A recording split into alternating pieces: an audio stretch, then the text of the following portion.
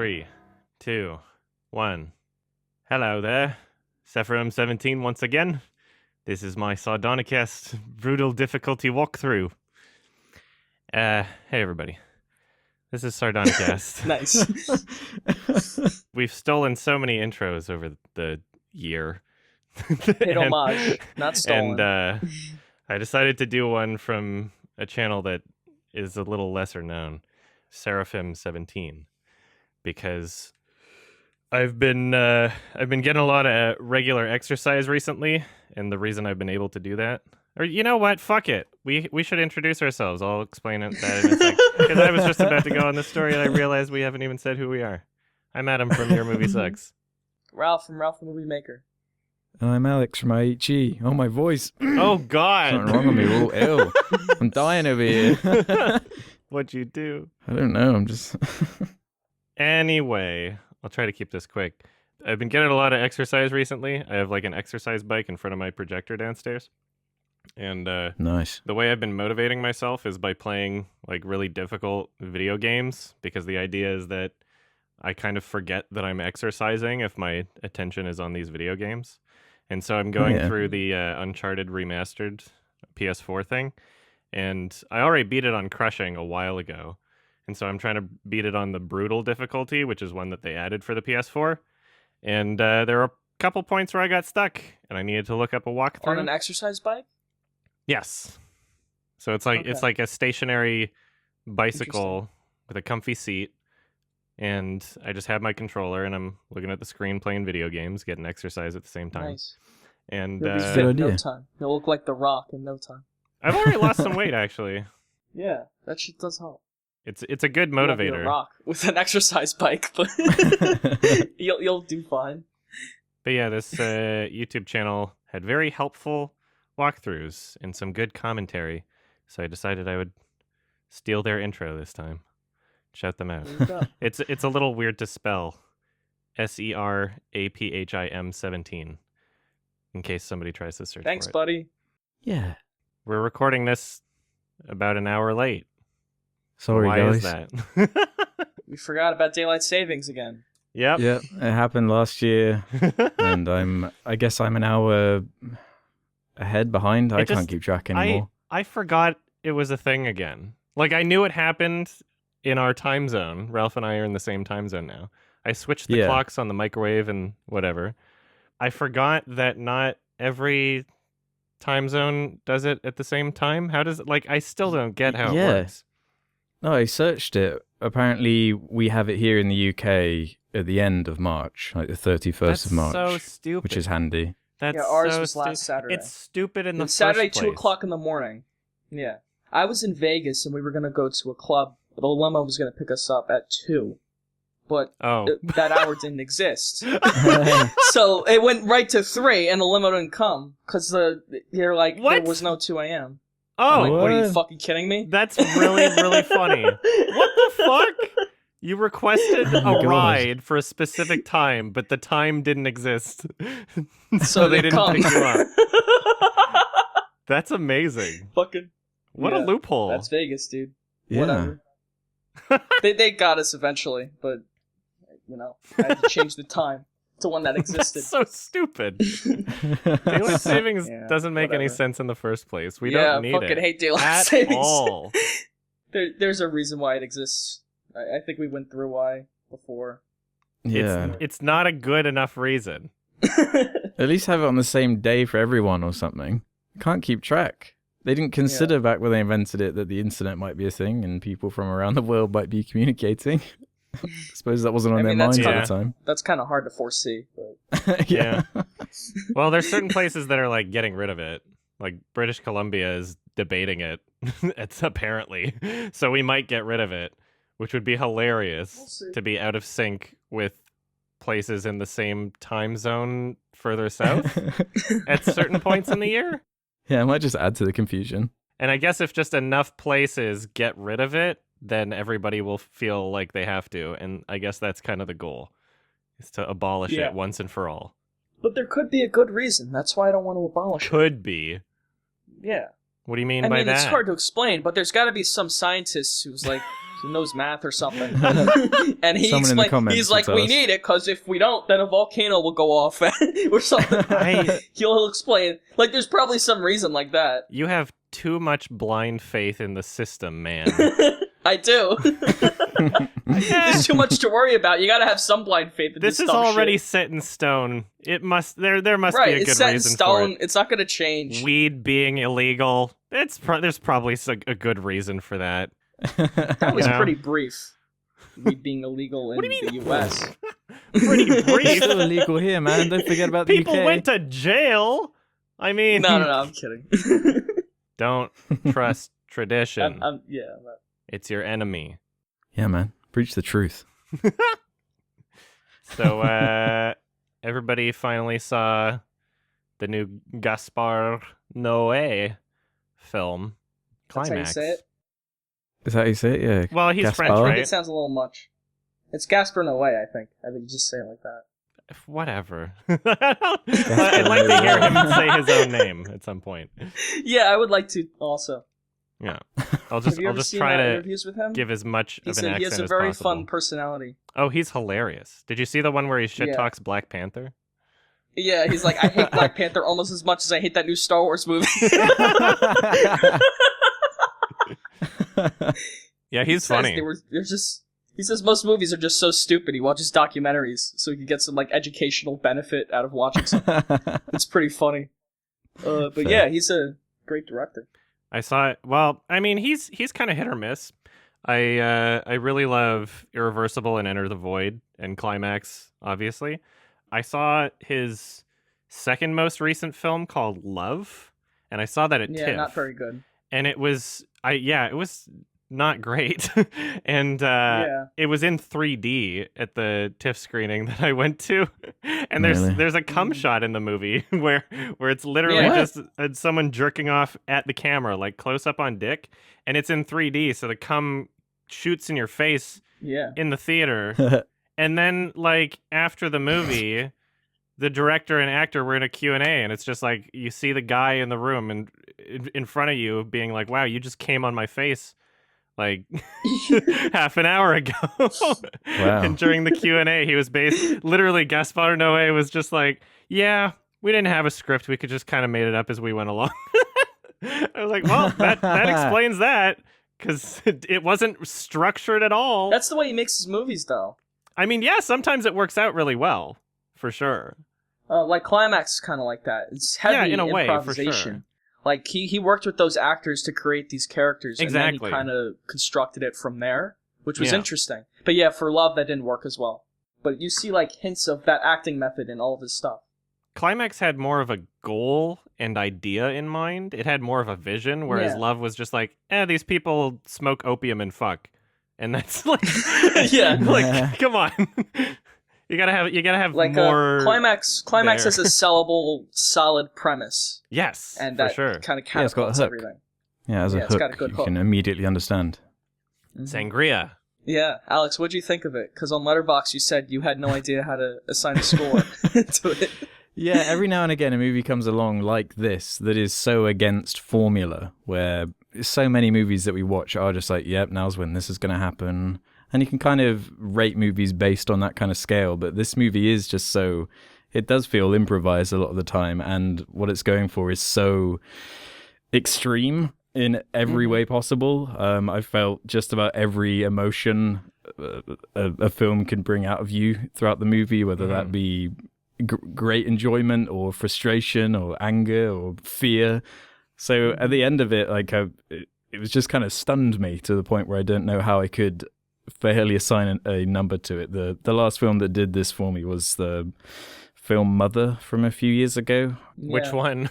The Aronofsky one, right? There's like 3 of them. There's more than that. I wanted to talk with you guys more before I even attempt to try and assign a number to it, because I know you really love it, Adam, don't you? This is what your number one for 2018? Yeah. At the moment? I consider it 2018, and that's when I saw it the first time anyway. And that would be my favorite film for sure of 2018. Yeah, and Ralph, you obviously enjoyed it a lot too. Yeah, I counted as 2019 because it didn't come out here till 2019. So then it's easily your favorite film of 2019 then. Oh yes, easily. I think it's the only one I've seen in a theater. Oh, really? I loved it. You didn't see Escape Room? No, sadly I did not. Yeah, every other movie I've seen just on Netflix or on TV or something. You didn't see Serenity? This came out on Blu-ray in January, but I waited for the theater because I knew it would be worth it. And fuck yeah, it was worth it. It came out on Blu-ray in France, but I think that they're getting a different distributor for the American Blu-ray release. It might be A24. Yeah. A24 did a weird thing where they actually released a limited edition VHS print of Climax. Yeah. VHS. There were only 100 copies, and I almost got one, but I couldn't in time. I don't know if I almost did. Maybe it was sold out way before I got there. Somebody from my subreddit got one. They posted their picture. I was jealous. That's neat. But, oh, yeah. A24. I would just have no use for it. I don't have a VHS I would love player. it as a collector's item for sure. I do have a VHS player also. I would never watch it that way, though. Dumb shit like that. Yeah, but this is a very unique film. And all of his movies are. It's like he almost hates... Well, I get that from his interviews, too. He just hates traditional movies, and he tries to just fuck with it as much as he can, with the structure and with pacing and with tone. And his movies are so unbelievable. They're like nothing else you've ever seen. He very much wants to provide a different experience. And he's almost like Lars von Trier in a way, where he goes out of his way to be kind of controversial and to try and make people experience emotions that they may not want to experience. And even in that same vein, like you could compare the promotional material for Climax to the promotional material for The House That Jack Built. You know, what Von Trier did, and it came off rather obnoxiously, where he's, really hamming up everything that he's credited for. He's like, oh, the concept is my idea in the credits, and like all these posters with the director himself, Von Trier, on them. And it comes off as really kind of like, you're kind of full of yourself. Noé does the same thing, and there is a hint of that there for sure. But I think what makes the difference is the quality of the film for me. Is like, okay, you're allowed to credit yourself a bunch of times here because you actually did something fucking mind-blowing, in my opinion. They're different filmmakers and they have different styles, but like what Noé does really well is the technical stuff. All of his movies are very impressive on a technical level. And I have many friends here who have seen Climax and they fucking hated it, but they can't deny the craft of it. It's so beautifully made. That's exactly what I was going to say. The performances are terrific as well. Mm-hmm. Yeah, it's one of those movies I would never blame anyone for falling head over heels for, but at the same time, not blame those who have a profound distaste for it. It's just so extreme. I would not blame anyone to have an adverse reaction. It's a very fucked up movie. Yeah. And this is actually one of the more, I'd say, accessible ones. Oh yeah. In terms of his filmography, there aren't 30-minute long sex scenes in it. Yeah. Not just sex scenes, but brutal rape scenes. Oh yeah, brutal rape scenes. But even the last part of Enter the Void, where he's just going around the Love Hotel and it's just people having sex. Oh yeah, it's nuts. There's nothing like that in this. No, he's kind of a fucking perv. He's kind of a fucking pervert. He's definitely a pervert. I think it's just extreme, like everything else. I think he's a fucking pervert. I'm not trying to make him seem like he's a bad person because of it.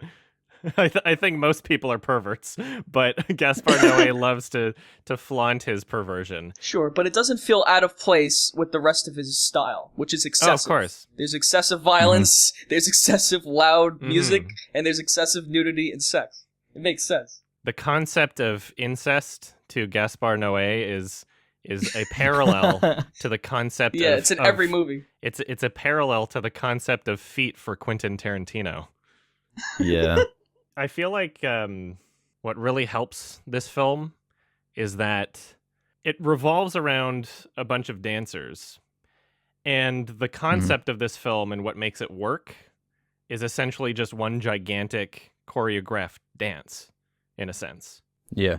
There's kind of extra layers to how it's purposeful and how it's orchestrated.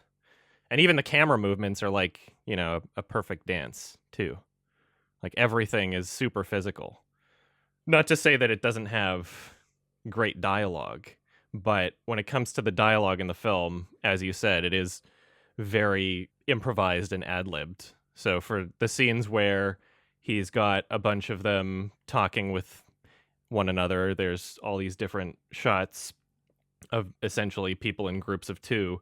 He just decided to get two different actors or dancers who happen to be acting in the film and be like, okay, well, who's going to have the most interesting conversations here? Just told them to remain in character and kind of just left the camera roll and like apparently just like walked away and like let them talk for a bit, Yeah. and was like, okay, I'll just decide what the most interesting conversations here are in the editing room later, which I think helps make it really natural. The conversations feel really real. The party environment felt very real. Oh, yeah. And everyone had their own little stories going on, and they would all intertwine and butt heads with each other. It felt like a real party. Like, that shit happens all the time. It was really... That whole thing was really well made. I like the beginning with the little interviews on the TV, and they have his like VHS collection around the TV, and I guess those were like inspirations for him of course. for the movie. Like I saw Suspiria was there, and I'm like, the colors and everything that reminds me a lot of Suspiria. And I haven't seen most of those movies, but I hope to check those out, get some more context as to how the fuck he came up with this. Yeah, apparently the scenes shot in the snow were literally just him going, oh hey, it's snowing outside right now, let's get one of these. Like just an impromptu like, hey, we could add something in the movie like this, and it works really well. So yeah, it does. It kind of goes to show, like, if you're willing to be open to changes and new ideas and just go with the flow and film a movie in kind of a serendipitous way, it can work out.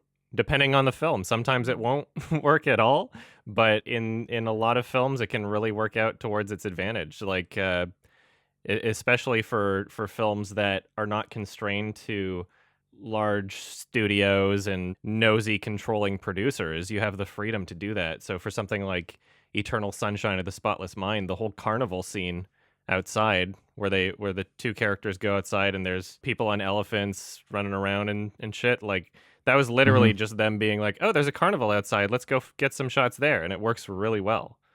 It's really cool what you can do when you don't have restrictions on everything you're filming. But on a technical level, it's very rigidly planned. Oh, yeah. You could tell.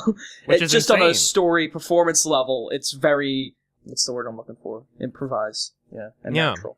It's somehow improvised and spontaneous, yet meticulous at the same time. Yeah. It's an interesting combo. Yeah. No, that's what really blew me away with the movie was just the technical direction of all of it, especially the camera work. And for every minute it keeps going and there's not a single cut. And I'm just thinking about the planning and execution that had to go down just to get this to work. It was just driving me crazy just thinking about how much work must have gone in to make this all work. It's like it's the kind of thing that could have easily fallen on its face if that planning wasn't there. And you can imagine how it could have gone wrong, but it's just such a unique experience. It's really difficult to talk about even in some ways for me because like I have a feeling I would enjoy this a lot more the second time round because you just have no idea what you're really in for when the film starts and it plays the ending credits like first and you're just like, wait, did I start this wrong or what's going on? Did they put the footage in wrong or something? And it's like, by the end, there are payoffs and it does all come together. But I think because of just how out there and exhibitionist a lot of it is, I did find some of it frustrating at points because I couldn't really tell what it was trying to build towards or where it was going. But towards the kind of last act, if you could even say there are acts, when it really does spiral into madness and you're kind of like, okay, I see what is going for here, just pure unrelenting chaos, and it really gets that across, and it is genuinely disturbing because it is listed as a horror movie, isn't it? And for a while I was like, this it's intense for sure, but I'm not sure if I agree with the horror thing. But then things start happening. I'm like, okay, nope, this is genuinely disturbing. The contortionist who's like laughing. Yeah. That was fucked up. That was horrifying.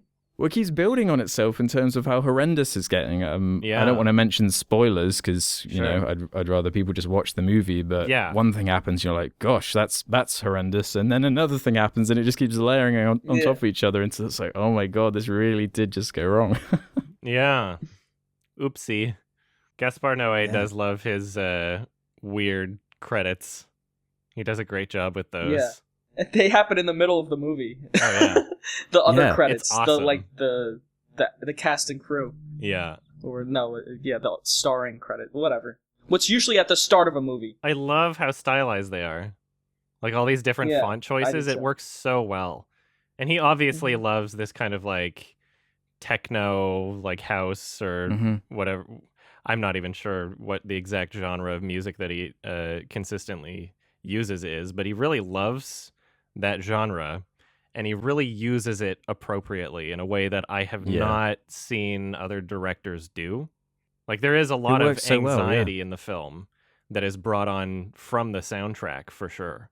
It has that energy to it. It really drives it along and hammers everything. Like there are home. like scenes in movies that kind of have done that, like the techno music, like John Wick. I think like there's an action scene in a club, and like the club music in the background adds to the intensity of it. But he brought it to a whole new level because like it's like the whole movie has this fucking blaring techno music, and it only gets more and more violent and chaotic sounding as it goes along. Yeah, it definitely does not let go once it starts. Once and the camera work too. Horrifying things actually start, it's just like, okay, go. And it does not hold back. It does not slow down. It's like a roller coaster ride. It's like one of these little horrible events that go down could have been the peak dramatic like point in any other movie, but this is just like it's just like the intro that it eases you in with the first one, and it just keeps getting worse and worse. Yeah, so we all like the movie. That's how it sounds. I fucking love it, and I did watch it a second time too. I did too. And I will say that like, once you've seen it already, the build up towards all of the fucked up shit is more enjoyable. Not like I didn't enjoy it the first time, but the very hypnotic and foreboding sense throughout the entire first part of the film is just so much more present when you understand where it's building towards. It's such a great build up, I think. Yeah. I had a bit of issue with that very thing, the kind of pacing for the first half of the movie, because as I say, I was just kind of confused as to where it was going. Because when you hear the premise, you have a certain thing kind of in your head. When I think of kind of the way LSD is portrayed in movies, it's not really like this. Normally they lean into the kind of visual side with all the kind of the things characters are seeing, but it's really not like that at all. The camera is kind of detached from what the characters are seeing, and it's just this floating monitor that's kind of just documenting what's happening. It bugged me while I was watching it, but afterwards the movie has stuck in my head, and I'm sure that if and when I see it again, now I know what's coming. Because I have that same thing with a lot of movies, where especially when they are as out there and crazy as something like this, subsequent rewatches only improve it. So that was the main sort of criticism I had from first viewing. And it's certainly, we've all said it, it's not for everyone. Oh, yeah. And don't watch it with your parents. It's not a family movie. I have minor complaints. I didn't like the title cards all that much, like the random ones that just showed up, and they said like these things. I forgot what they said. Him. Like, they're like the band names or something. Like Daft Punk I don't know what that was. I didn't like that. I loved it. The warp stabilizers sometimes was a little noticeable. Mm-hmm. Did you guys notice that? Nope. Mainly toward the beginning. Nope. Okay. That's only something that bothered me then. But that's it. Like, those are the only two things I had issue with. Otherwise, it's a fucking great movie. There's a few minor logical issues that I have with it, but, I mean, it doesn't detract from it being my favorite movie of 2018, and it doesn't detract from the massive anxiety attack and a half that this film offers. And especially for people who have had, like, really bad trips on psychedelics. This is just a very anxiety-inducing film, 100%, and it's great for that. I was trying to figure out if the film is trying to sort of be anti-drug in any way, or if it is purely just using that as a way to show these crazy visuals and just this. I think he just wants to show it the way it is. It's not pro or anti anything. Yeah, I don't really think that it But you should show this in schools as an anti-drug PSA. God. 100%. It's like the best anti-drug. Like, holy fuck! I never want to touch a drug again in my life after fucking watching it. Yeah, I don't think it really had a concrete political message or anything that it was trying to offer. I think it was just... It's just hard to be like, after watching it, and then if someone came over and was like, hey, do you want to try some LSD now? You'd probably be like, I'll get back to you on that. Yeah. Yeah. Get a trip sitter. Be responsible. Yeah.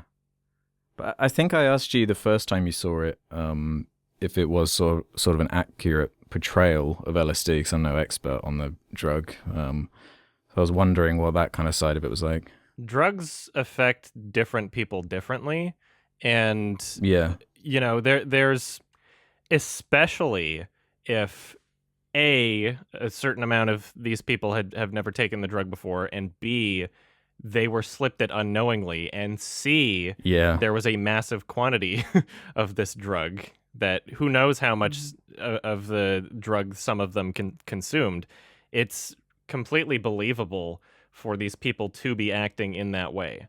Yeah. So I didn't find any issue with that, and I found it to be a very accurate portrayal of the kind of, I guess, confusion and insanity, and especially the main actress, whatever, the way that she reacts to everything happening, even when it's a detail like, you know, she bursts into the room and like, as soon as she sees the painting of the forest, there's a moment where she gets entranced into it, and she's like, and like looks at it. Like, that's totally fucking accurate, where you can see, you know, an image of something and get sucked into it and be like, oh, I'm in a forest now. And it doesn't explicitly communicate that. It doesn't spell it out for people who might not have experienced that or might not understand that that's kind of what's happening. But I think it works better in that sense because of it. Like, it doesn't spell everything out for you. It's just like, wow, these people are having some really fucked up things going on in their head right now. Yeah. Yeah, I'm wondering if any of the actors tried it first to sort of give them inspiration. Yeah, who knows? Or if it was just based on descriptions on it, because I remember reading for, like, you know, train spottings all around heroin. Ewan McGregor kind of played around with the idea of taking it to help, but I don't think he did at the end. Yeah, that's a bad idea. I could see an actor doing that. Yeah. Yeah, it's. I think that it is something that you can communicate to an actor as long as they're willing and open to kind of let themselves go and act really fucked up. And yeah, you know, I think it is something that people can pull off without having personally experienced the drug, I guess. Yeah. All the performances are totally, like, unflinching, and you don't like doubt for a second that they've really ingested, you know, this quantity of LSD.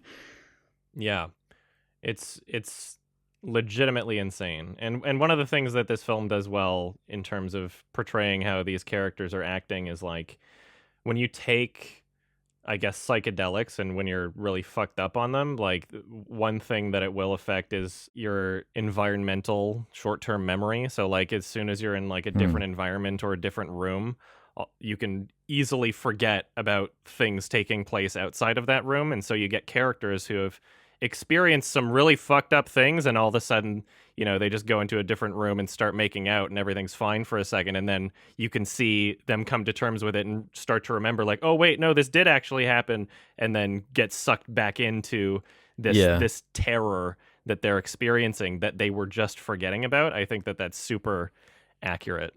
Yeah. I love the sets and the use of the one location. And they would, like, go from room to room, and then they'd go back in these rooms later on, and the lighting would be different, and they'd be a little more fucked up, like things would be knocked over. And it gives a different, like, sense and it instills this sense of dread. Like, I love that part of it too. Yeah. It's just like, it's every aspect of it is perfectly executed, I think. Mm-hmm. Yeah, it really helps give the sense that even if the camera isn't following certain characters, even if the camera isn't showing you things that are happening, there are still things happening where you can't see them. And you hear it in the background. Yeah. You hear shit going on. You're Exactly. like, oh god, I wonder what the fuck's going on back there. Yeah, I love films that do that. A good example of that would be Rec, the Spanish horror film that got remade into that shitty quarantine movie. Yeah, I really love it when the film has a sense of action taking place that you might not be seeing. And it doesn't need to show you every single thing, and it can more or less imply. Yeah, it helps with that natural feeling of the piece, because like where it goes towards the end, it almost feels like they've fallen into hell. It's so horrendous. Yep. It is like hell. But all of that groundwork they put down in the first half does help that, make sense and feel grounded towards the end with the way they've constructed it in terms of what you were just saying. Mm-hmm. So I think that's like essential for the ending working. Yeah. Yeah. Yep. I guess. Yep. You guys said pretty much everything you wanted to say about it. Yeah.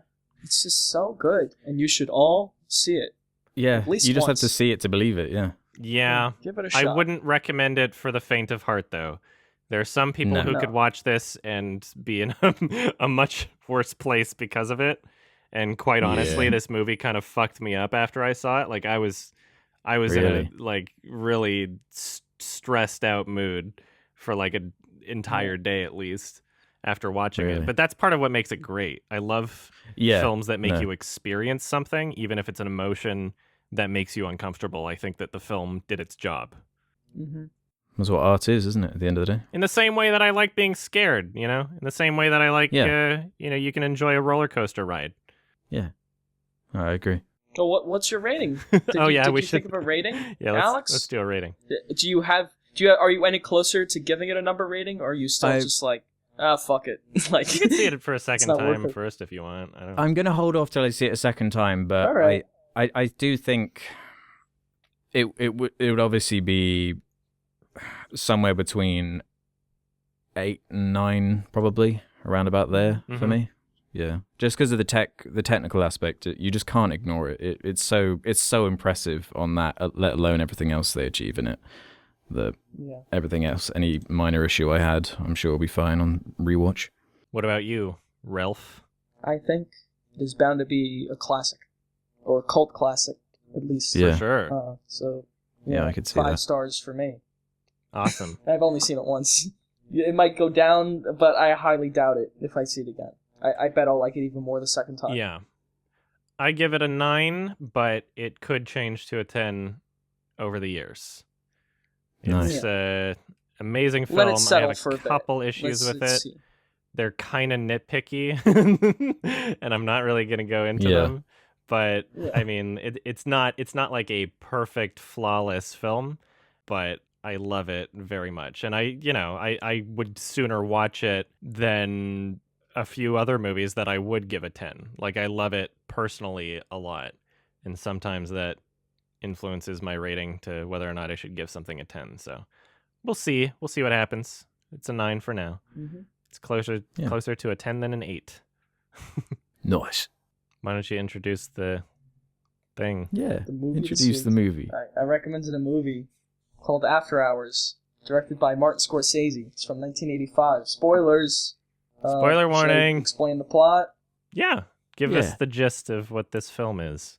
So there's an ordinary guy named Paul Hackett, played by Griffin Dunn, who goes on a date to meet this girl and doesn't really have a fun time, so he wanders out and just finds himself lost in the middle of the city with no money and no ride home. And it's just a series of shenanigans and things going wrong. And it's a classic. So what do you guys think of... What's the name of this movie? After Hours. I enjoyed it. Yeah, good. I thought it was really funny. Yeah.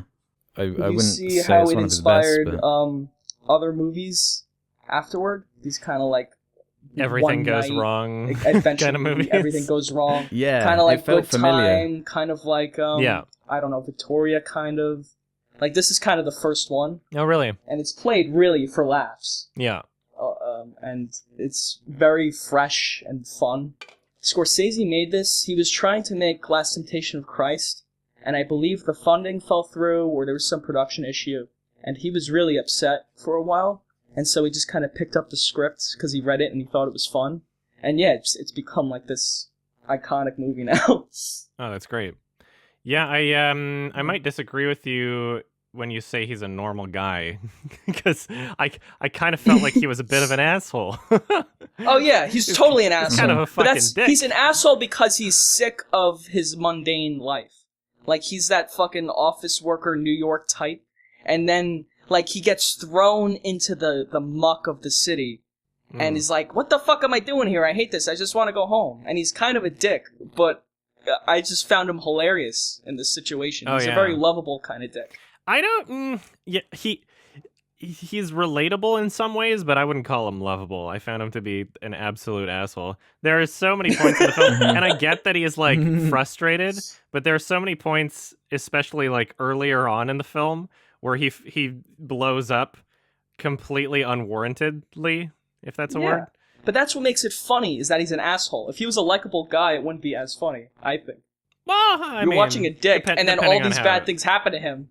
Yeah, I guess so. I mean, you could. I just found him to be completely unreasonable at points. Sure, but it was an interesting, different way to play it. Yeah, for sure. I think a lot of even though this is a comedy, and I think a lot of us found it funny, it's got a very dark sense of humor, and there are things that happen in it that aren't funny. Like, there's suicide in it. There's crazy, like, violence and shit like that. Sexism. Like, there's things in it that are not fun at all. And that contrast in tone is very interesting and makes this stand out even more, I think.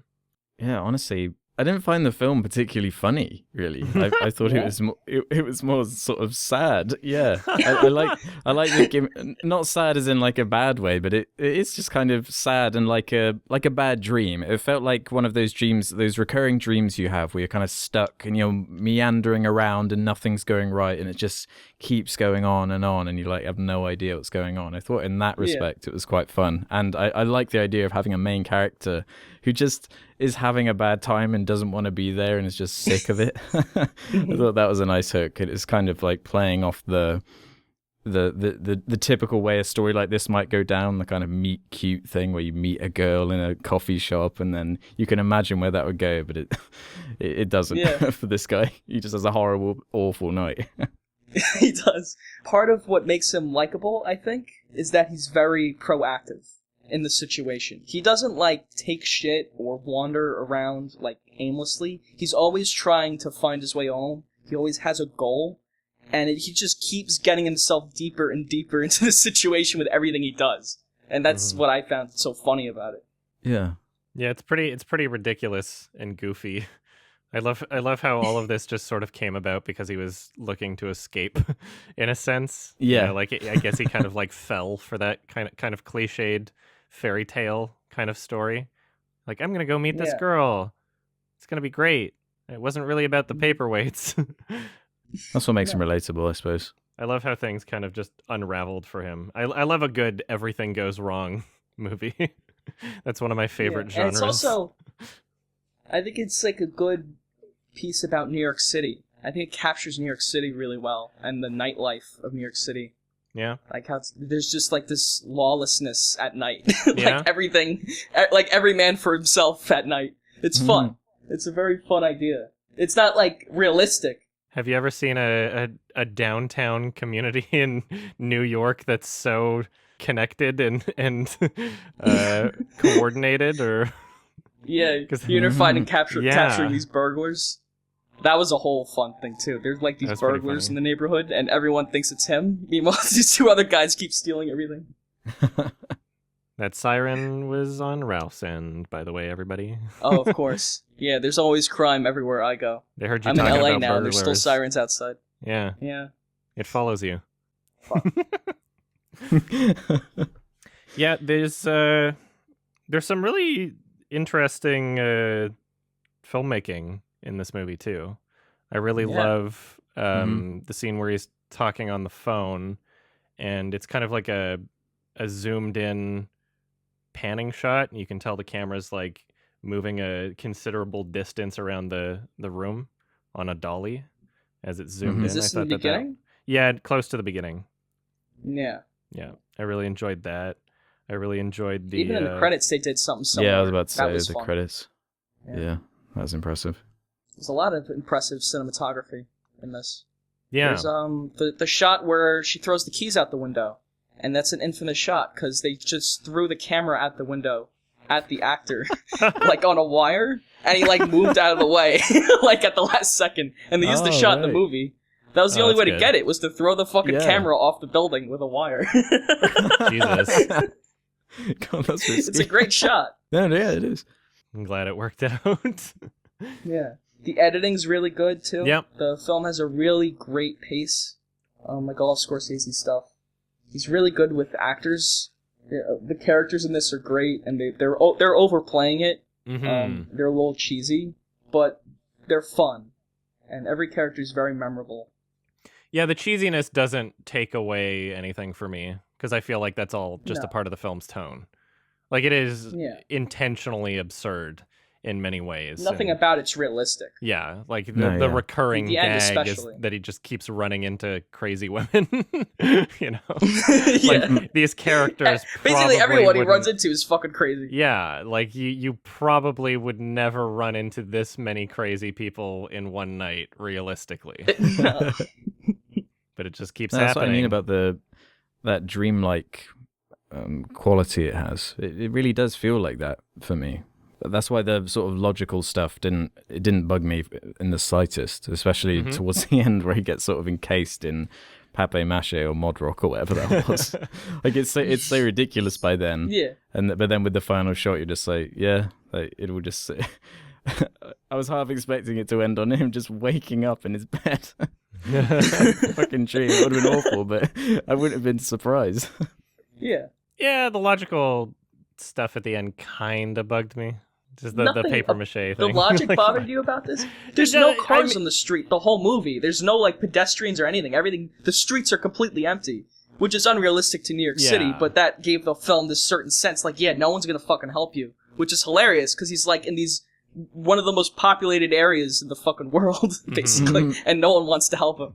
I think part of the reason for that, though, is also that like it was pissing rain the entire time, which I thought that was a really good excuse for the sequence of events in the film. Like it kept him, rather than him just hitchhiking outside or something, it kept him needing to be indoors. You know, it was the excuse for him entering the bar. Yeah. It was the excuse for him going inside that woman's house.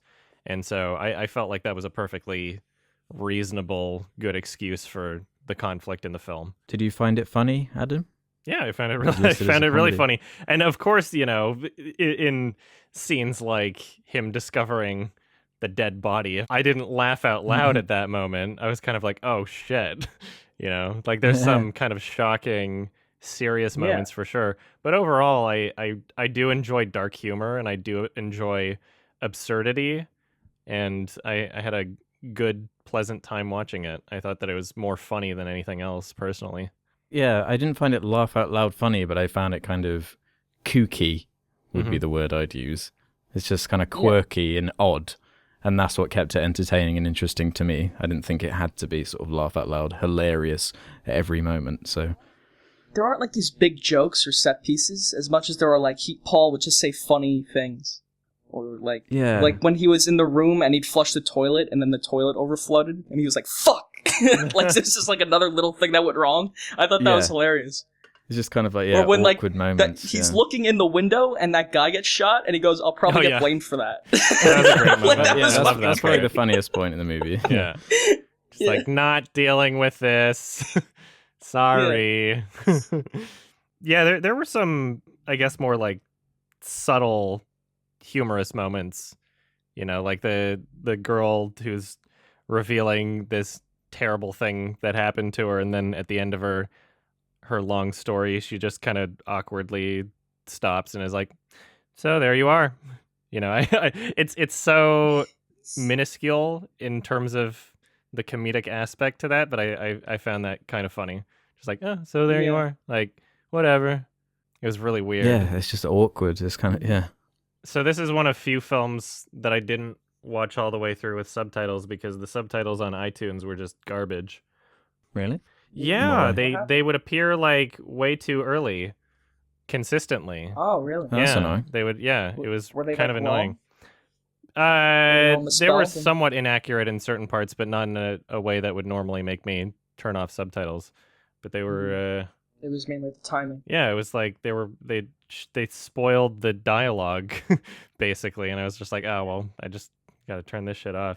So then when that really hilarious character shows up in the apartment, who's really intimidating, and he's such a minor character who only shows up for a tiny bit. I couldn't tell if his name was Horse or Horace. Do you know what his name is? I didn't look it up on IMDb. I couldn't tell. Let me see. What did you interpret it as? Horst. Right? It's Horst? Horst. Horst? Oh, Horst. Horst. Oh, I was Horst. wrong. Twice. Yeah, it's Horst. Okay. it's okay. Yeah, it's a very odd name. I guess it's Horst. Dutch or something. There were quite a lot of gay people in this film. Yeah. Quite a lot of What's that. the bar scene all about? Yeah. Is that like a downtown New York 1985 thing? Yeah. Or is it kind of I like wouldn't know. adding to the humor, I guess? Because I guess in 1985, if you're going to show super gay characters, it's probably for a laugh. Maybe. Well, New York City had a huge nightlife too, Mhm. and I'm guessing. Yeah, there I'm were a not lot saying of it would be gay like people completely in the- inaccurate or anything. Oh yeah, I don't know. I guess they were playing it for a laugh because they specifically blocked that scene so you could very clearly see the like gay guys like feeling each other's nipples and kissing Yeah. and stuff. The BDSM dudes with their Mhm. nipple pinching, just kissing at the Yeah. bar. The club scene was very weird, and Martin Scorsese was in that scene. He was the guy yeah? Yeah. operating the spotlight. Like at the very end, of that scene, it yeah. pans up to the guy manning That was the really spotlight. Yeah, I weird. noticed that. Yeah. Which is funny, and it's kind of like an allegory for the movie almost. Like kinda. he's just kind of like shining the spotlight on this one fucking guy who's having a miserable night. I found the Cheech and Chong cameo to be pretty funny. You guys know who that is? I don't know.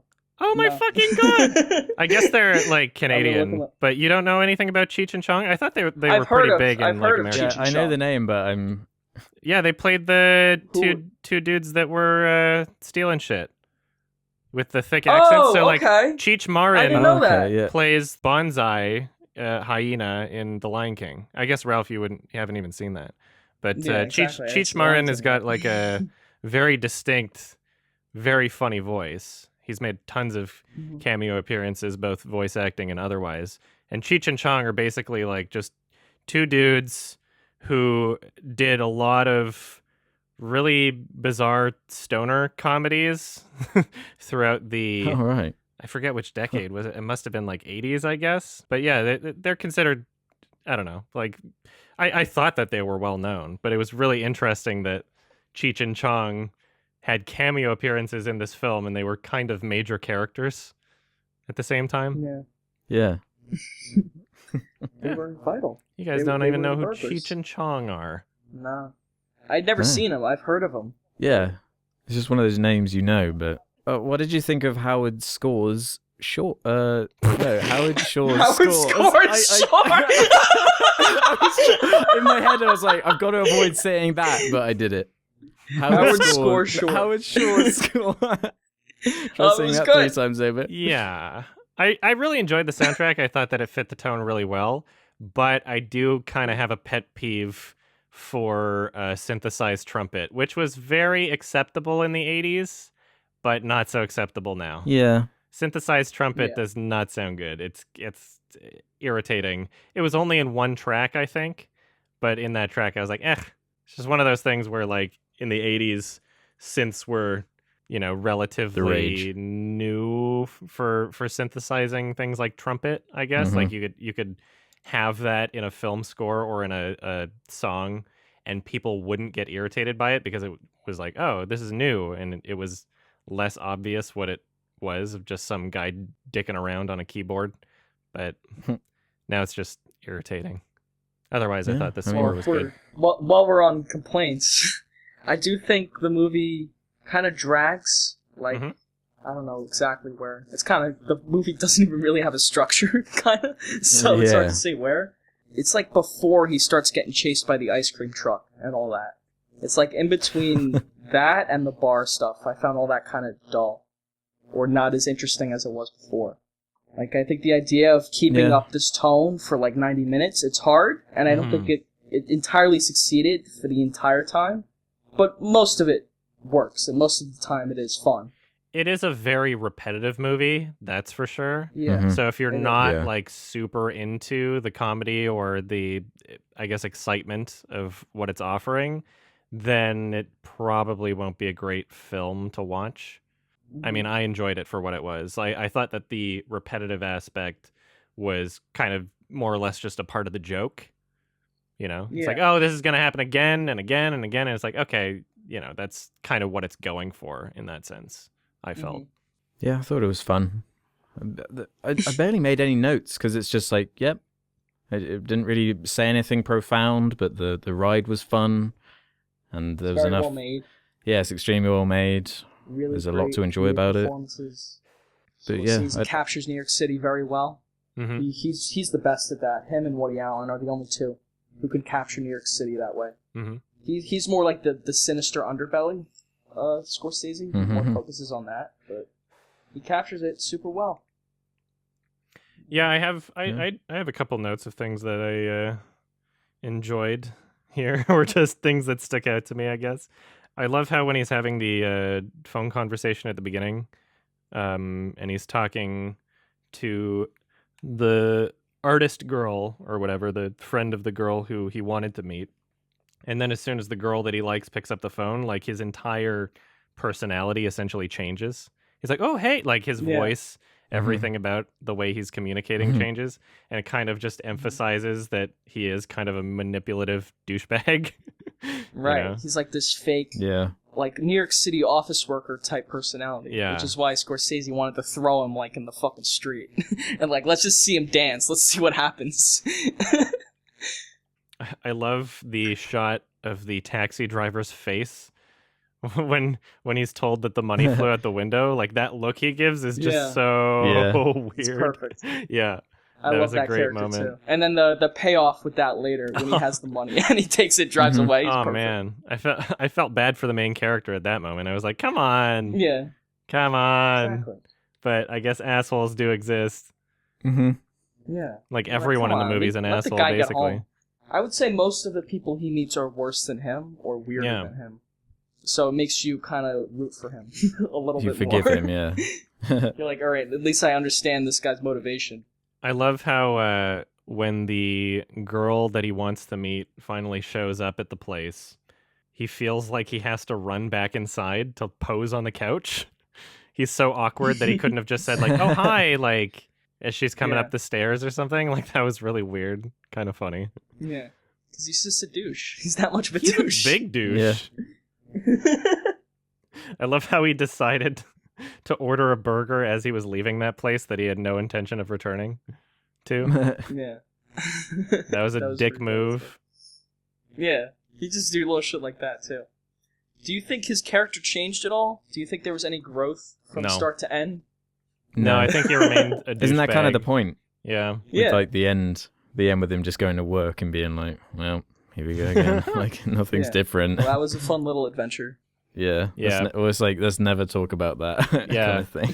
If anything, it just convinced him to stay stuck in his routine forever. Yeah. The outside world is scary. One of the issues that I had with the logic towards the end, you know, not just the whole, like, oh, she covers the hole near the mouth with one piece of paper and suddenly he can't talk. Like, that felt kind of dumb to me, but that did cross my mind too. Yeah, there's just like tiny moments where it's like, why did he pull on the rope? Like, he thought he could go somewhere, but like you wouldn't automatically just pull on a rope that's attached to a bucket of glue. Like, you theoretically, if you're climbing up a rope, you would have to see it leading somewhere outside and not just a bucket of glue. So that was weird. But I mean, it. I don't know. I felt like there possibly could have been. They could have written that a little better. There could have been better excuses to get him where he needed to be at the end of the film. Like, I could have dealt without the papier-mâché part altogether in that sense. Like, it was a fun callback. Like, they're stealing another thing, but, like, I don't know. That's where the logic turned a little annoying for me. Because throughout the entire rest of the film, like, yeah, it's ridiculous, and there's no reasonable way that a person would have this kind of night.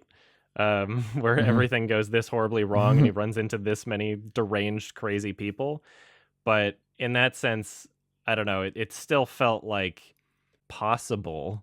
It still felt, although improbable, like something that could happen to the unluckiest person ever.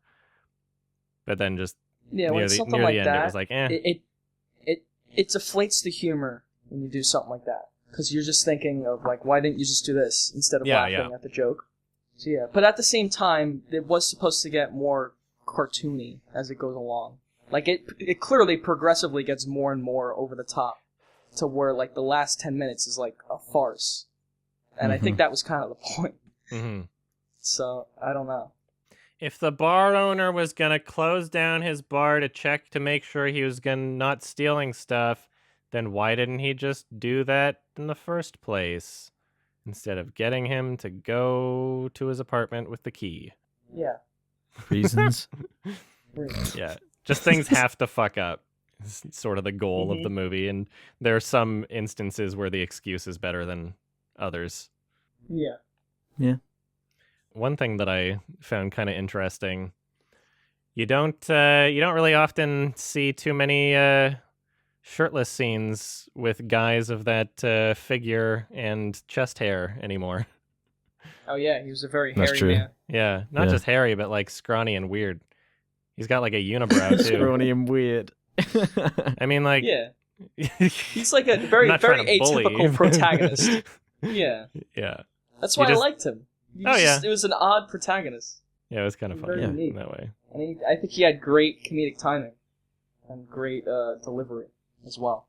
All right. What else do we have to say about After Hours? It sounds like that's everything we have to say about it. Yeah. I mean, it's a fun little ride. Favorite line in the film? I think it was that one. When the guy gets shot and he says, "I'm going to get blamed for that." Yeah, that was my favorite one as well. Absolutely my favorite. I really enjoyed the "Lady, no, my name is Gail. Lady, no." I love that little back and forth. That was fucking hilarious too. A lot of great moments, and I don't know. It's difficult to consider this anything but a comedy. Like, yeah, it's dark, but at its heart, I think it is going for laughs. So it's weird, Alex, that you didn't really see it as I don't. Normally, it's my movie. kind of. It's like, this is normally my exact kind of humor, but I barely laughed. But I wasn't bored or annoyed. Like, it didn't tickle me for some reason. I don't know why. I honestly couldn't tell you. Well, that's that. It's just a cute little movie. If you had to give it a rating, there you because are. I give it a 4 out of 5. I have minor issues with it, but I think it's a really fun movie and really well made, and I love Griffin Dunn. 4 out of 5. What do you guys think? I'd give it like a 7. It's kind of like the exact definition of a 7 to me. 7 out of 5. You're going back to the 10 rating score? It used to be out of 5. You're so inconsistent. Because people just... I don't know how we flipped. Remember, Alex used to not have a rating system at all, and he didn't have the 1 out of 10. This is what and I'm saying, I used to have the 1 out of 10. No, because what happens and now I changed to 1 out of 5. I rate something on Letterboxd. I'm giving this a C+ out of 6. I rate something on Letterboxd, which is a star system, but then people take my score and turn it into a number anyway, so I just can't avoid it. But then if I don't commit to something, then when we all say a score at the end, it's going to be 1 number and then 2 star ratings. So I'm always like, which should I go with? I normally just say whoever, whatever the first person said, whatever number or star system they've done. But now I do the star rating. The star system is also a number rating because it's a number of stars out of a greater number that's what of I mean. stars. It's still a Like, number either rating, out of even 10 if it's or- a star system. You know what I mean. So 4 out of 5. 3.5 No, stars. 3.5. There we go. 3.5 Yeah, stars. that's the equivalent of a 7, right? Yeah. Yeah. Exactly. Oh my god, it's so confusing. I'm giving this one a 7 out of 10. Boy. Our ratings were all Boy. very similar. Mm-hmm. Yeah. I don't think I'm going to really think about it again, particularly.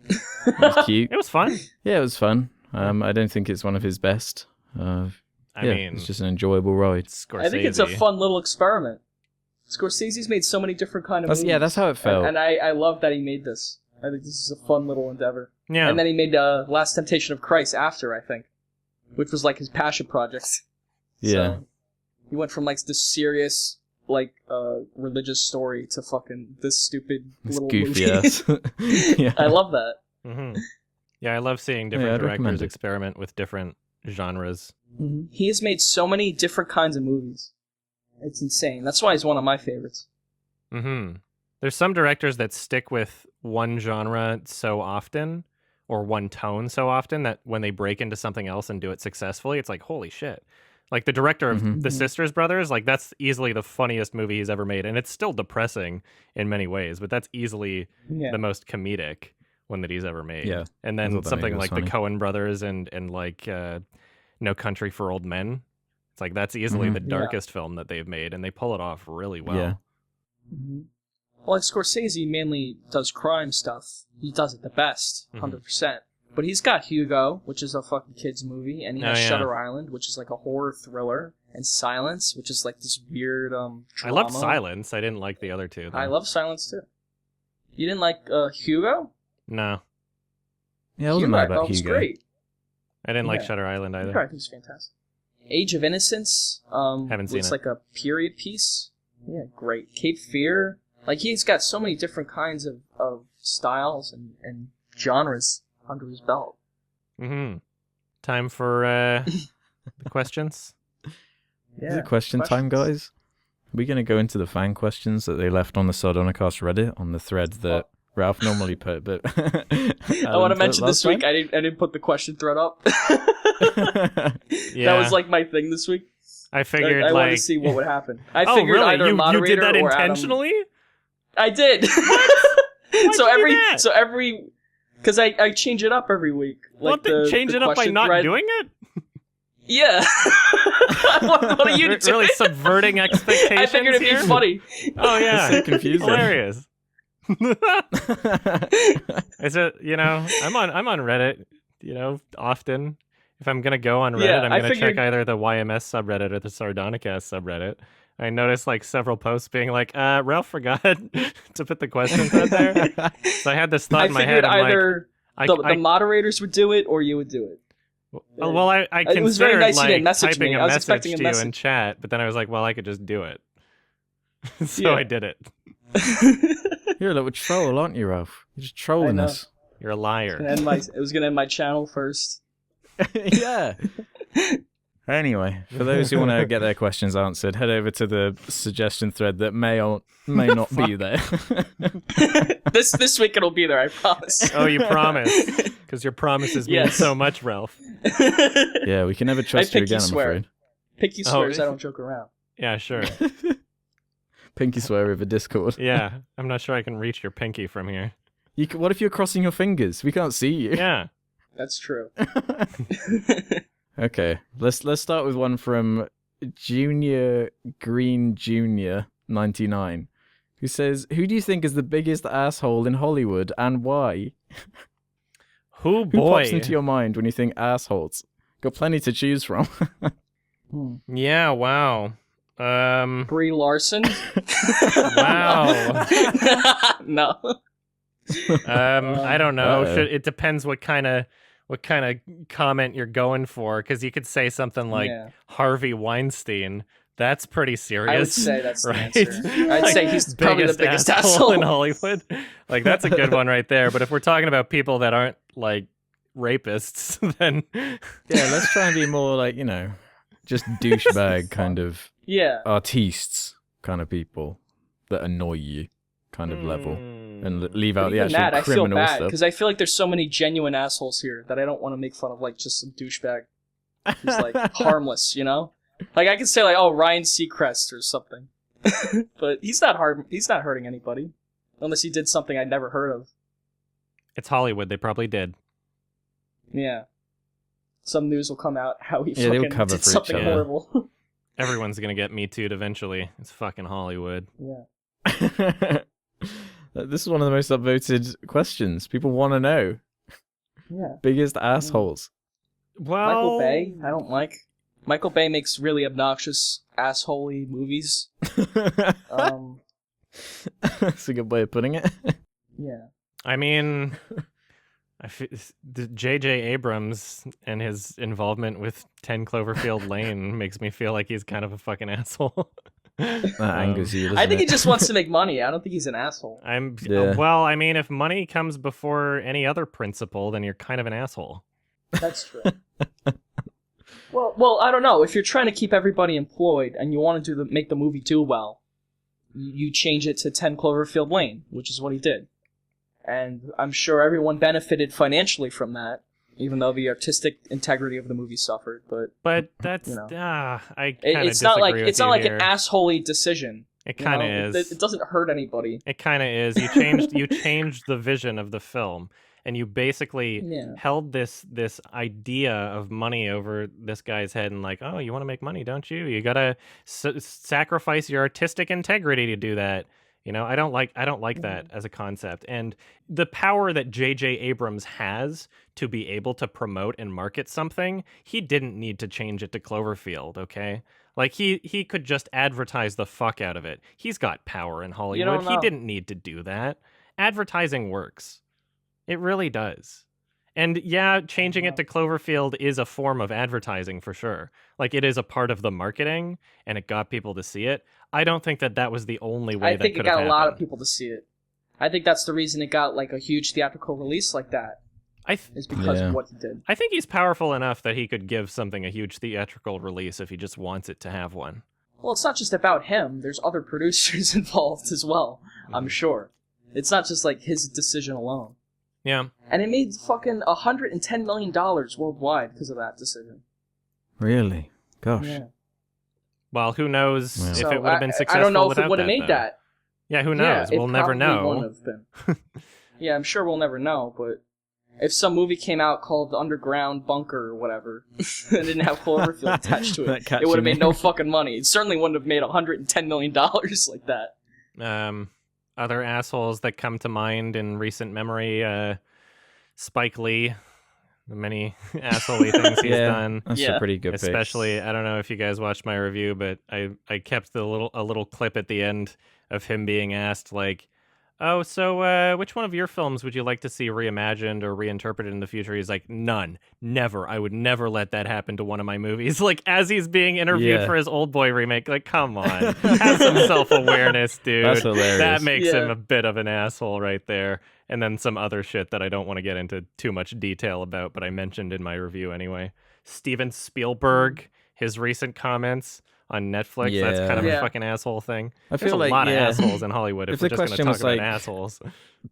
Biggest douchebags in Hollywood might be a bit more fitting. Yeah. You know, I don't see Spielberg as an asshole either. But... Yeah, you know, I feel like there's people that fit the bill of douchebag that I'm just not thinking of at this moment, and I'll beat myself up about it later. Like Charlie Sheen is the obvious one. I didn't want to like mention him, but I guess he's an obvious one. Mm-hmm. He's still around here, I think. To be honest, I get a bit of a douchey vibe from Quentin Tarantino whenever I've seen him in interviews and stuff. In a way, yeah. Yeah. I think he's just kind of a weird guy, the movies, too. But yeah, exactly. It's just the way he comes across as like, all right, Quentin, chill a bit, he's very mate. eccentric personality. Yeah. There's that video of like someone recording him with his phone. Oh, yeah. And then like Tarantino tried to beat him up or something. Or there's that interview where he's like screams, "I'm shutting your butt down," and all that stuff. Yeah. Yeah, there's a few cringy moments with him for sure. But he's such a Zack weird Snyder? Guy. Zack Snyder, yeah, sure. Yeah, he's sort of artiste, like, this is my vision. But they make like Sucker Punch kind of stuff. Who's like, come on, man. You're going right to directors. I guess we all are. There's no like movie stars, no actors. Will Smith is kind of douchey, but I don't hate him. Nah, Will Smith's a likable guy. I just don't like his movies. I mean, when you compare him to Mel Gibson and fucking, like, come on, the other people in Hollywood who are way worse than him. Way worse than him. Yeah. Does this count the music industry too?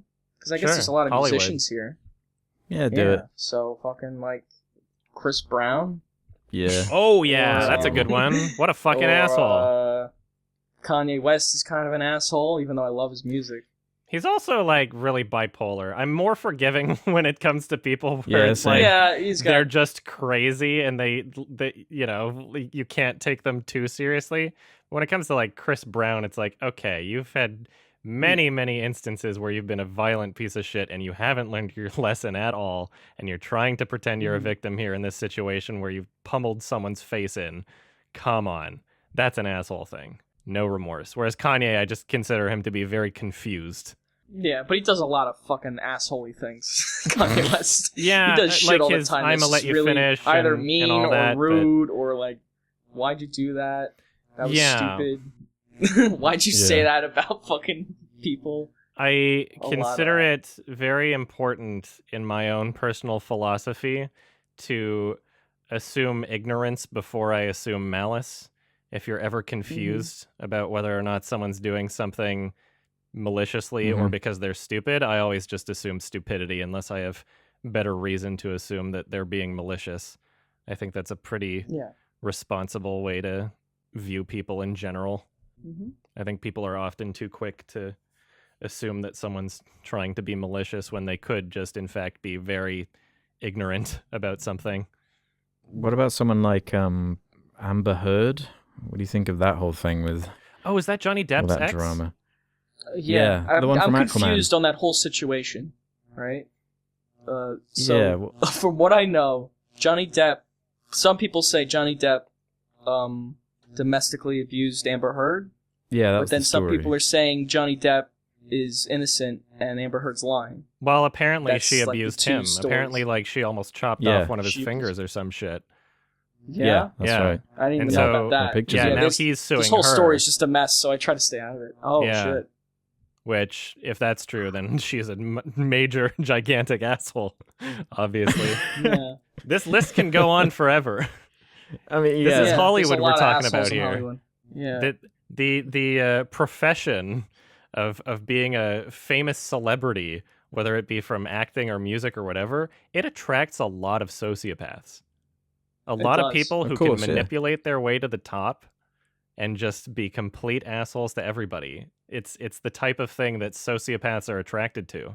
Yeah, and they want power and they want to abuse that power. Yeah, exactly. Usually for sex. It's a lot of people who are just abusing their power for sex. It's fucked up. Yeah. Not for art. Like Harvey. Or Bill Cosby. Fucking another horrible. Well, that's just a monster. You can't even call him an asshole. Yeah, he's gone too monster. far. Yeah. I'd find that a question easier to answer if it was, who in Hollywood are you most scared of? There are loads of actors I find like I would be really scared of. One of them being like Christian Bale. I'm really scared of him for some reason. And Tom Hardy. I'm like scared of all these actors. I'm like, I really like you in these movies, but I wouldn't want to interact with you because I'm sure. Because you've seen him freak out before, or what? I don't know. They just have a presence. Like, have you ever seen like Tom Hardy in interviews? He can be quite aloof. So I can imagine like asking an innocent question and then he'd like take it personal or something and just go in. Yeah. Did you see the clip of him answering a question at TIFF where somebody asked if he's bisexual or something, and he just fucking destroyed They him? asked about his sexuality in his films. Yeah, that was brilliant. Just embarrassed the fuck out of this reporter. Oh, I have an answer for biggest asshole. Jennifer Lawrence strikes me as like a douche. Yeah. Oh, that's a good one. Yeah, that's my pick. Did you see that one with that journalist that she had a go at, who was like looking at his phone in one of the interviews, but it just turned out he was translating what she was saying so he could understand what was going on. It's she so had, like, bizarre. A public go at him. Because when she first came onto the scene like Winter's Bone and then Hunger Games, and she started becoming a really popular actress or whatever. Silver Linings Playbook. People fucking loved her. People loved her. And people saw her like trip and stumble at accepting her Oscar and like, haha, she's just like a normal person. She's like us. And then very quickly, the public perception wound up changing when it's, I guess, perceived this way. I don't know the person, obviously, but it seems as though she just got corrupted by this idea of like fame and self-importance, that she just all of a sudden started acting like a major douchebag to people, like I'm on top of the world and you're nothing, peasant, sort of thing. Like yeah, I think that kind of thing can corrupt people, and I'm not sure if that's what happened in this happens scenario, all the time, for sure, but I think that's a very real thing, because it's a different world. Fame makes you think you're like a god. Yeah, well, people treat you like one too. That's part of the problem, is that so they go out there. People idolize these people to a ridiculous degree, and all of a sudden everybody interacting with you is just a yes man who will laugh at every single shitty joke you make. Nobody's fucking real. You know, I think that does turn people into massive douchebags, and it's important to And they feel like they can say anything and people will love it. And then they say something like in public and everyone goes like, what the fuck? Because like we're not like enabling her. Yeah. People on the internet who aren't constantly trying to suck up, you know, who aren't looking like, to social why the climb. Fuck did you say that? That's just a rude thing to say. And get their script produced. I don't know this story too well, but she was filming a movie in Hawaii, and there was like some like ancient stone or something that was like priceless and really valuable, and she used it to scratch her butt, and it fell down a hill and almost killed somebody. What? Yeah, it was something like that. I've never heard of this. It really happened. Yeah, it happened while she was filming a movie. I heard about it from friends of mine. Yeah, because they were there. Oh. So we wouldn't be able to find an article to confirm this, and this is just anecdotal. Oh, I don't know. Right? I don't know, but you might. Okay. Allegedly. Sure, I'll say allegedly, but I mean, it's a great fucking story. I'm not going to share that. Yeah, who knows? Bunch of gigantic douchebags, and you know, in some ways, it's I think most of it, they're just transformed into these kind of people just based on how other people interact with them. Because everyone sucks up to everybody. Yeah, if everyone's telling you you're great all the time, I mean, it's a very fake city because everyone wants favors from each other. Exactly. So they're all nice to each other. Everybody's and they all a fucking inflate their social own egos. climbing fake asshole. LA is fucked. But they all really hate each other. It's like a really sick environment. Yeah, like literally everybody's just thinking like, how can I manipulate this other person? How can I take advantage of this other person and use them, basically? I hate LA. Yeah. I am not a fan. I'm here now, and I've encountered. I'll visit there again, but Jesus Christ, it's one of the most depressing places on the planet. Really? No, I don't think it's one of the most depressing places. I think it's there's a lot facade. of fucking. It's like Disneyland. It attracts a lot of sick people like that who are fucked up and sociopaths. There's plenty of good people like anywhere else, but there's plenty of people who are fucking shitty. I'm not saying everybody in LA is that. You know, there's a lot of nice people everywhere, but there's a gigantic concentration of sociopathic, manipulative assholes in LA. That's a good question. Yeah. Let's do one from the Eog Show, who says, "What is the worst movie title of all time?" We have plenty to pick from. Oh, fuck. Oh, my God. This is perfect. I have a good one to start with. You guys remember Legend of the Guardians, The Owls of Ga'Hoole? Yes. Yes. That's pretty good. Bad title. Yeah. That's a bad title. The Planet of the Apes movies have terrible titles. The new God. War for the Planet of the Apes. You should not have two Rise of those in a title. Yeah. Yeah, that's a bit much. Just Rise of the Apes. Dawn of the Apes. What's wrong with that? But then it doesn't have Planet of the Apes in the title, and it can't connect to the previously existing property. Yeah. This is Planet of the Apes. It doesn't have Planet of the Apes in the title. So earlier I was talking with my roommates a few days ago about the Seltzer and Friedberg guys. That movie. No, date movie, epic movie, disaster movie, all that bullshit. Yeah. And so they have a title in production. I might have mentioned this a while ago on the podcast. I don't know if this is actually happening. Their newest film is titled Star Worlds Episode XXXIVE equals MC2 : The Force Awakens: The Last Jedi Who Went Rogue. That's an awful title. I thought they'd gone. Yeah, I thought they're still around, are they? Yes. I thought they made their money and ran. Well, it's listed on IMDb. They've been making movies that nobody's been watching. They made a parody of Fast and the Furious called Super Fast in 2015. Oh, right. They made a Hunger Games parody, The Starving Games. Nobody watched that. I think people just got sick of them. I have a good one. Have you guys ever heard of in-app appropriate comedy? Oh, that's terrible. That's the name of it. Bad movie. Yeah. Oh, God. Because the movie takes place within an app or something, so it's in-app appropriate. Fuck, it's such a stretch. Any kind of title that references internet culture in a way is bound to be shitty. Hashtag horror? Yeah. Fuck off. Selfie from hell? Yeah, That's Selfie from hell. Jesus. There's too many terrible titles out there that fit that bill. I just hate the bland, one-word ones. Like abduction or something. Those. Unfriended? Yeah. Unfriended is really bad. Unfriended's an okay one. No, that's really lame. It gets the point across for sure, but it is pretty it gets fucking the point lame. across.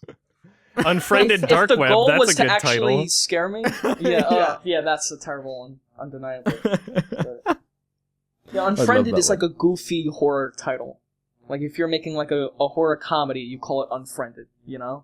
Like the fact that they made that the title for a serious horror movie is funny. It's it's a stupid pun. Yeah, that is funny. Yeah, there's a bunch out there. I really dislike Batman v Superman: Dawn of Justice. I think that's such a bad title. You could put versus. You could put VS. Yeah, why not just Batman versus Superman?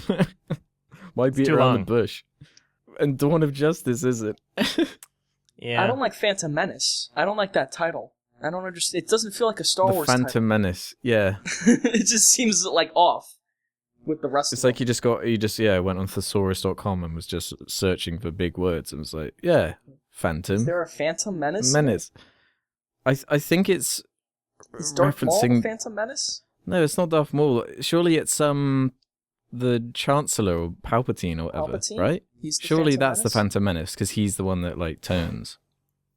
I guess. I don't know. The fact we even have to question it is what? We know who the but it's like A New Prince Hope, is in Harry Revenge Potter. of the Sith. Those are good fucking titles. Mm-hmm.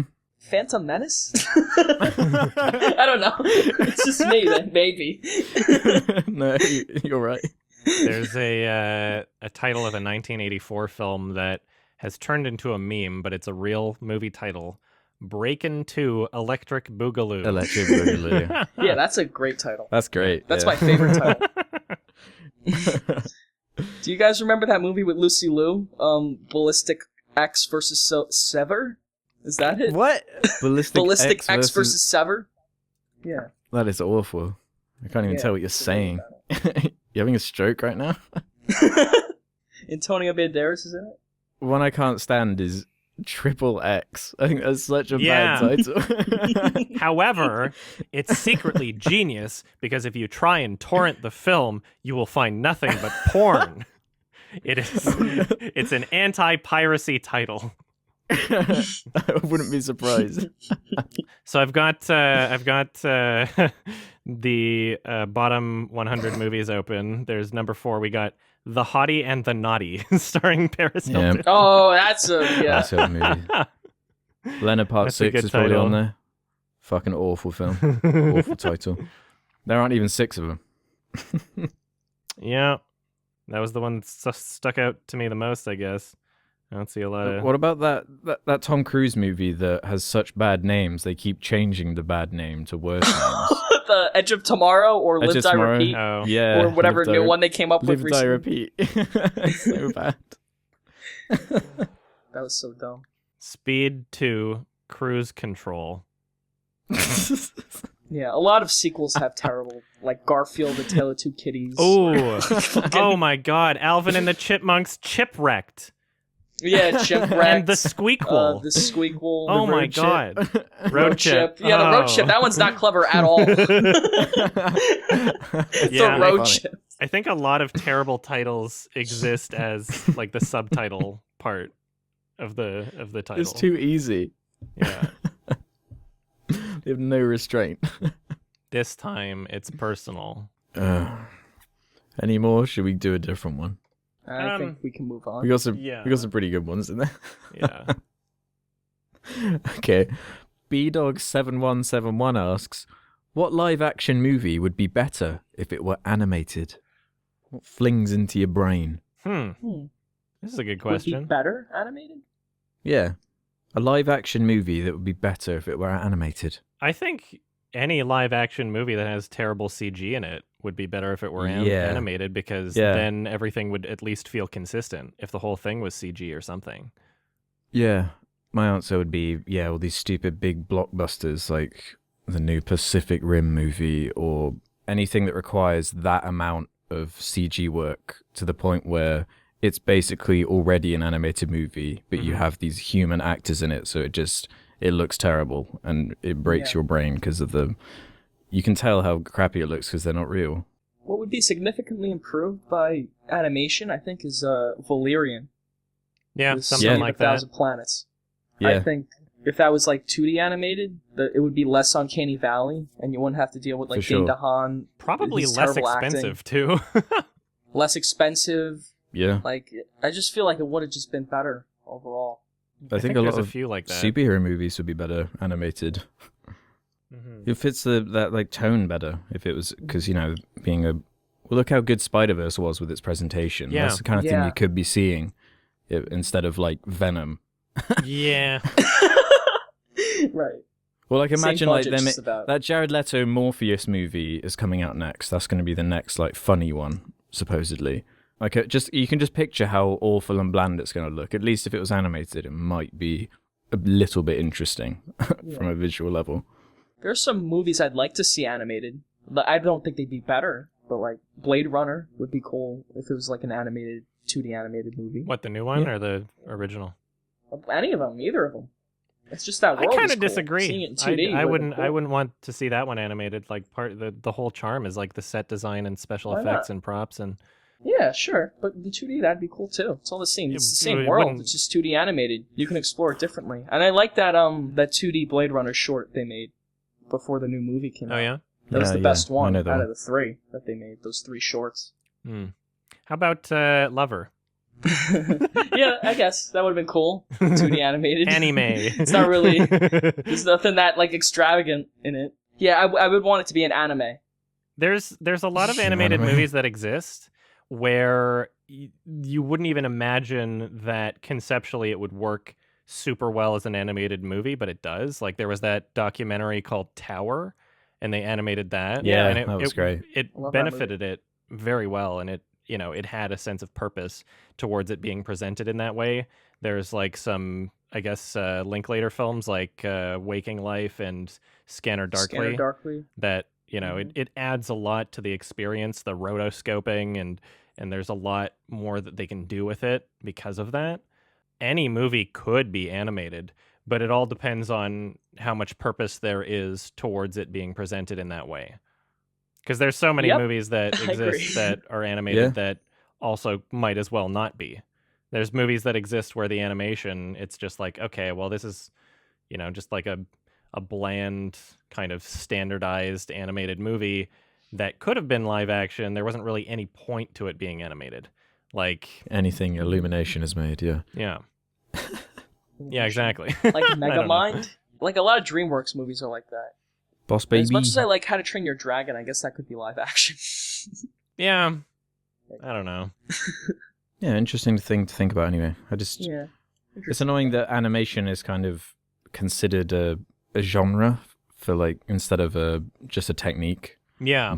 For telling a story, because when you get films like Anomalisa, which are animated but they're still adult and can deal with such interesting themes, like it's so expressive. You can do anything.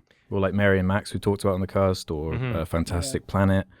Like it's just endless, the possibilities for it. There's a lot of really great interview clips with Charlie Kaufman and Duke Johnson on Anomalisa, where they talk about kind of their gripes with the Oscars and being in the same category as Pixar's Inside Out, when in reality they're completely fucking different movies. Yeah, You know? they couldn't be more different. Yeah, go search up those interview clips later. They're really worth watching. Okay, we have a question that's kind of been buzzing around, and I see a lot of people talking about it in the community. This is from Sirman5152, and we've kind of talked about it before, but this is based around these Michael Jackson allegations, and if they're true, for example, can you separate the art from the artist, and can you still enjoy his music, or more broadly, you know, anything along these lines, whether it be finding out about Kevin Spacey and what he did, and you know, there are countless examples at this point. Mm-hmm. Yeah. That's a hard one. I personally don't find it difficult at all to separate art from the artist. There's very rare instances where I find myself contradicting that, like Chris Brown. You know, I mentioned before him doing collaborations with Lil Dicky and with Joyner Lucas kind of made me not like those two artists as much because it didn't feel necessary at the same time. And I don't even think that Chris Brown's music is all that great. I was just like, oh, why are you doing this? But I don't know, when it comes, I can still love a great Roman Polanski film, and Michael Jackson's music sure is fucking catchy. I don't think that because a person might be a monster, I don't think that that means that their artistic work is any less valuable, because I think that that's a completely separate conversation. Yeah, I just think people have an issue when these horrible people are profiting while still being able to get away with it. I think that's the issue people have, because when you're appreciating art from people who are, you know, decades or hundreds of years dead, it doesn't really cross your mind, does it, if you're appreciating a painting from someone who might have been like a serial killer or whatever. Now the money's just going to Michael Jackson's relatives. Yeah. So that I think that does make a difference. Yeah. Yeah, but at the same time, I also feel like, they're rich anyway. What are you going to do? Like, cut them off? Like, oh no, boo-hoo, I'm going to cry in my pile of money in my mansion. Like, Harvey Weinstein's fucking fine. It doesn't matter if he's going to produce another movie in the rest of his life. Like, it doesn't really matter. it feels I don't have a guilty useless. conscience watching a Weinstein Company produced movie. Those the difference. Whereas like Michael Jackson, the link with, because filmmaking's so collaborative, you know, with Michael Jackson and his music, there's more of a sort of personal connection there. People take it really literally, don't they? That's what I was gonna say. I think it depends on the art too. Like stand-up comedians and singers, I think it's harder to separate than like an actor in a movie, or like Kevin Spacey's an actor in a movie. There are tons of other people who work on a movie. Fucking tons. And so to like devalue the whole, to devalue like all of American Beauty because he's in it, I don't know. I think that's kind of fucked up. Like Louis C.K., he's a stand-up comedian, and what he says coming out of his mouth is what he thinks. It's a little more personal. Yeah, that's true. Yeah, he is his product. Yeah. Yeah, it's a complicated issue, that's for sure. It is really complicated, and there's no solid answer because it basically varies based on the person. Yeah, I mean, at the end of the day, if somebody's committed a crime, they shouldn't escape justice, right? So if they serve their time and you still enjoy their movies or their music or whatever, then fuck it, why not? It's not like it's not like they're getting that much richer off of people buying their shit, and boycotting doesn't really work. So nah. We've got a couple more here. Let's do one from the Movie Supreme, who asks a relevant question. Have you ever had a movie that you can't assign a number value to for any reason? So I mentioned this earlier. I had trouble with Climax. Have you guys ever struggled with, trying to assign a number to something? There's a certain threshold that gets passed for me when a movie is so bad that it's great. Like Neil Breen films, I'm always going to rate a 10, even though even though it might, it's difficult to consider it like a 10 out of 10 movie from the same standard that I would call a normal 10 out of 10 movie. It's obviously in a different category. I don't really feel like rating it a 1 though, because I love it. I love Fateful Findings to death.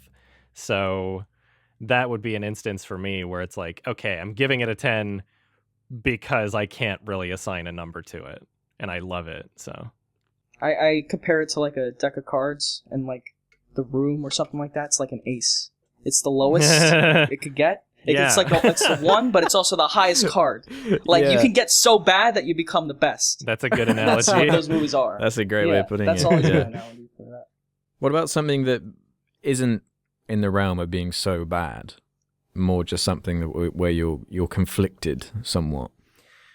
I don't experience that as often. Because if it isn't in the realm of being like so bad, then I will always try to consider its artistic merit. So there's films that exist that are movies that I don't like, kind of, where I don't want to watch them, not because they made me feel something like Climax, but because I don't enjoy the experience. But if I can see some artistic value in it and understand that there's some purpose to it, I'm not going to give it like a negative rating if I feel like it was what it was going for, I guess, depending on the film. Yeah. Mm-hmm. Yeah, I'm with you. I don't have much issue thinking of ratings. If it's like something really out there and experimental, I largely go based on my personal opinion of it. Yeah, you enjoy like how much I enjoyed it. Yeah. But that's about it. It sometimes bugs me how people don't really appreciate how your tastes and opinions of things kind of can change over time. So scores will change, and you can't hold it over someone if maybe they dislike something you like, but then later on grow to appreciate it, or the opposite. So sometimes I find it tough assigning a value to that. Maybe one day I might think it's worth that, but then another think it's something else. Mm-hmm. All right, one more question. Last one from the Irritated Critic, who I've seen asking this question like every week's or every bi-weekly thread. He wants to know, what are our thoughts on the controversial movie Watchmen from 2009? There you go, Irritated Critic. I posed the question. There's things I really like about it. There's things that I don't like about it. Yeah. Kind of mixed. Very inconsistent. Yeah, I'm pretty mixed on it too. It's a Zack Snyder film. Yeah. We all mixed on it. Yeah, I think so. It's amazing source material. The source material is great.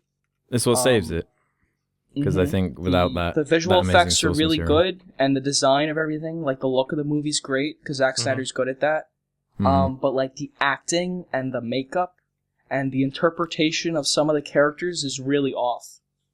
And like most of the changes he made, I think were for the worst. For the worst. That awful sex scene. Yeah, that's one of the worst scenes. In the book, it's 2 panels, and it's so excessive in the movie. Yeah. Totally. Yeah, it's farcical, that moment. Yeah. It's like what Watchmen's like critiquing, is that kind of excessive violence and sexuality. And he just did it, like, with no irony. That's kind of funny. It was very, it's very odd. Because he's Zack Snyder, because he doesn't really understand what he's making. He never does. That's why I hate him. Yeah. Yeah, it's, I enjoy that it's a R-rated, brutal, kind of not sugar-coated superhero movie, in a sense. I enjoy that there's, like, death and gore and penises, things that you don't often see. But it's excessive, too. It goes too far, I think, with it. Yeah, in ways. I haven't read the source material, though. We're rated R, so we're super violent and everyone curses all the time and everyone's naked all the time. It's like it's fun to you're me. defeating the purpose of the it's just edgy source material. For the sake of being edgy. I could see that. How do you feel about the change from the big space alien from the comic at the end to it being like a nuke at the end that kind of changes everything? It works better for movie. Yeah, I've always thought that. I don't know how they could have pulled off that big squid alien thing. Yeah. That could have been that really was one goofy. Of the less annoying parts of it. Mm-hmm. Yeah, it's just people really seem to like love the movie. It's like a Marmite of movies. I've seen so many people going about how good it is. But yeah, it looks there great. are too many bad things. Rorschach is a great character, and what's the name of the actor who plays him? He did a great job. Oh, it is Jackie. Earl Haley. That's the one. Yeah, he was great. And the guy who played Dr. Manhattan, too, was fantastic. And I loved the scene where it showed his origin story. and it's the Philip Glass. Yeah, movie. that was really good. That's probably one of the best scenes in his whole catalog, his whole filmography. Yeah, it's not complete bullshit. No, It's there's got a some lot cool of merit stuff. to it. It's got lots of cool stuff. It's probably one of his best movies. Yeah. That and Dawn of the Dead. Yeah. But yeah, No, I wish that's it was fair. better. I think if a different director had taken it, it would have been better. Yeah, no, I agree. Mm-hmm. Maybe he should have stick being like a DP or something. Yeah, because the visual style is down, which is he basically lifted it from the comic. So It's like his whole shtick, isn't it? He did the same with BVS, but it's like didn't really work out for that one. He can't tell a story. He just doesn't understand how to tell a story or He write doesn't seem to characters work that with make actors sense. very well. Yeah. Yeah, he's a bad director of acting. The makeup is really bad. The old age makeup on the fucking people when they're like later on, like the heroes who get old. It looks awful. It looks so fake. Yeah, I also haven't seen this movie since probably like 2010, so I probably need to rewatch it. Really? I've seen it somewhat recently, a few years ago. Maybe I was we pleasantly should. surprised. Yeah, maybe we could revisit it at some point. Because I think there's like a director's cut as well or something. Yeah. I'm sure the comments The will Snyder let us know. cut. So. Yeah. Release the I can't Snyder remember if it's cut. any good or not. Well, there we are. That's all the questions I have. Was that a nice chunk? So there you are.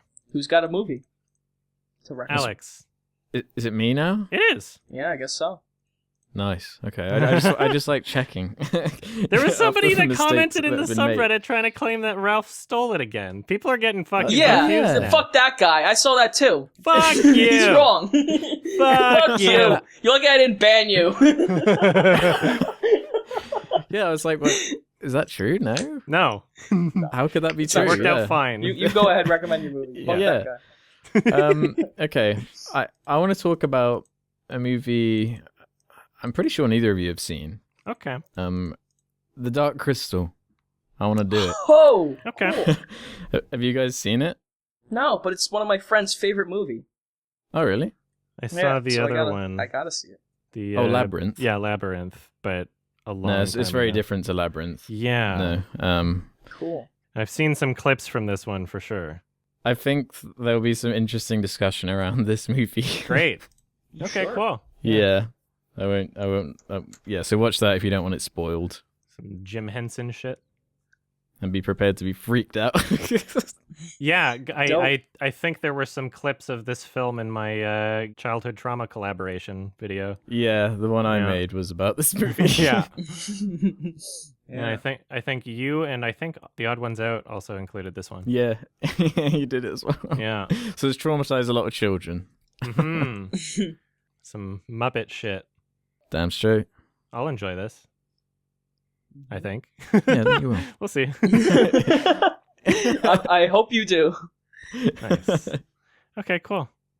If any of you listening want to not be spoiled for The Dark Crystal, next episode, you should watch it before the next episode comes out in 2 weeks from now. If you would like to support the show, $2 a month on Sardonicast.com. Sign up for premium. You'll get these episodes early. Also, patreon.com/Sardonicast. Also, our merch. Is it working yet? I'm in an email chain currently trying to sort it out. We'll have The merch switching again. is not Spotify's going working. very well. Spotify's working? Yeah, Do we have all Spotify the should be- episodes back up right now? It's not all of them, not yet. So basically, what happened? I have to. They decided all of a sudden there's an upload limit, so I have to re-upload every episode individually. So that'll take time, but it'll get done. That's annoying. It'll get done. Oh, there everybody. wasn't one before? I'm on it.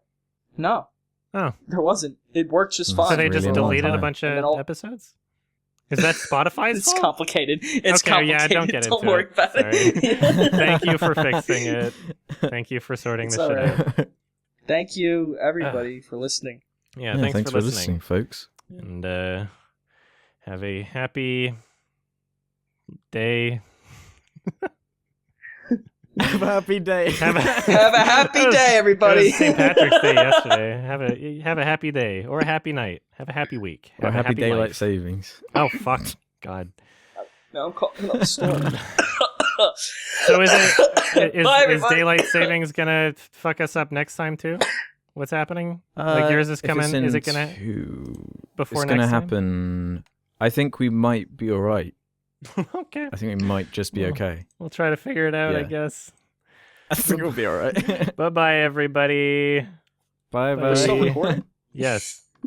Did you stop recording? No, I'm kidding. Okay. Bye, everybody. Bye. Bye.